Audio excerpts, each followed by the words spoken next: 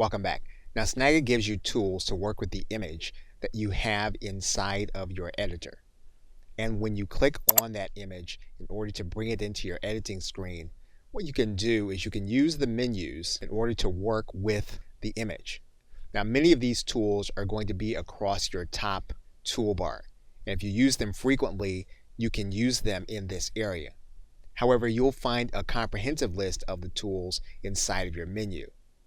And so in this case, what we can do is we can go to the image area, and you're going to notice that there is a drop-down menu of tools. For example, one tool that we can turn on will be the arrow tool.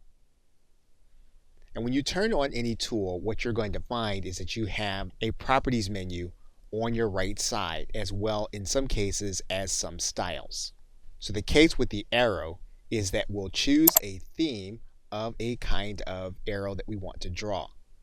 So for example, we can use the urban theme, and then we can draw a certain kind of arrow. Now one of the things we can do is we can change the arrow using the tool properties.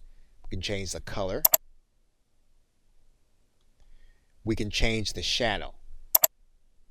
You're going to notice here that what we can do is we can change this inside of this area. Or we can make it so that there will be no shadow here at all. We can change the line style, and we'll have a certain kind of arrow. Now once you've decided on what kind of arrow that you want, what you'll need to do then is you'll need to draw that arrow. And when you place your cursor inside the image, you're going to notice that the cursor changes in shape. You're going to press down on your mouse button, and you're going to be drawing the arrow. You can control the direction of the arrow by changing the direction of the mouse. That's a good idea once you've made a change to then save the image that you have. And you don't have to save it to any particular form. So for example, what we can do here is we can then save this image, and we're going to save it as a new Snagit image. And we're just going to call this a Snagit capture file. We're going to give this a new name.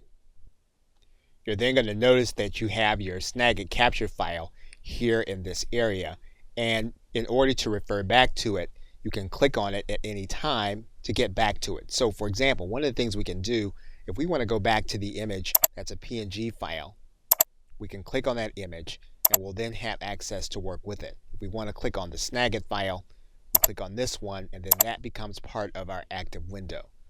So what we can do now with this window is that we can now add in other tools. So what we can do here is go to our image.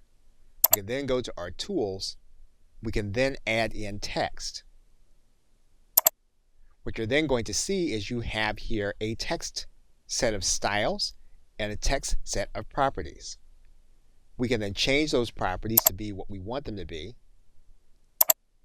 Once we have that, we can choose our theme. And then we can begin to write our text in. You'll notice here that the text is highlighted. When we place our cursor here, what we're going to do here is we're then going to draw here a box. And you're going to notice now that we have a text box. If we want to change the style of the font, we can do that. And then continue to update the image here in this area. So we've now looked at a few basic tools of working with your Snagit image. We'll now look at some of the other tools to help you to do more advanced work. Okay, so with that, thanks, and I will see you in another video.